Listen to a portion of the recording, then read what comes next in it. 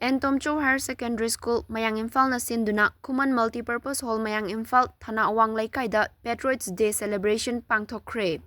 Thauram aduda Mayang Imphal ACG MLA K Robindro na chief guest, N Tomcho Higher Secondary School Mayang Imphal gi principal Sunita Laisom na president, JDO Wangoi Arambam Anil Kumar na guest of honor oina sarukyakhi.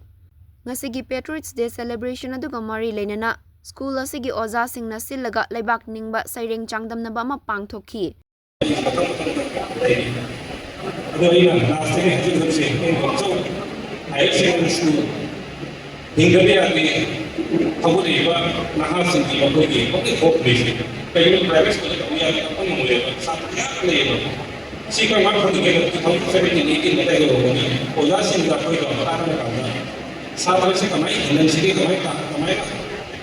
Then second time of them.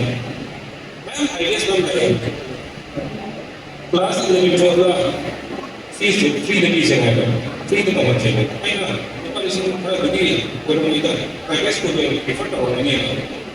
Go free piece and freedom of the last hour. I saw a crack of what I don't know. I did a whole no matter come out of your this might be the first school. In my fucking every day, the only thing you will mention about it. I feel proud.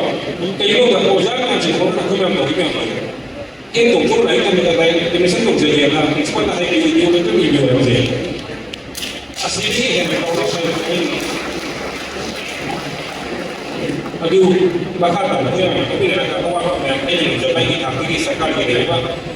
kita buat coba sih tu, kita ini nanti konsol ni kita main dengan cara kemudian ada apa yang perlu dibuat.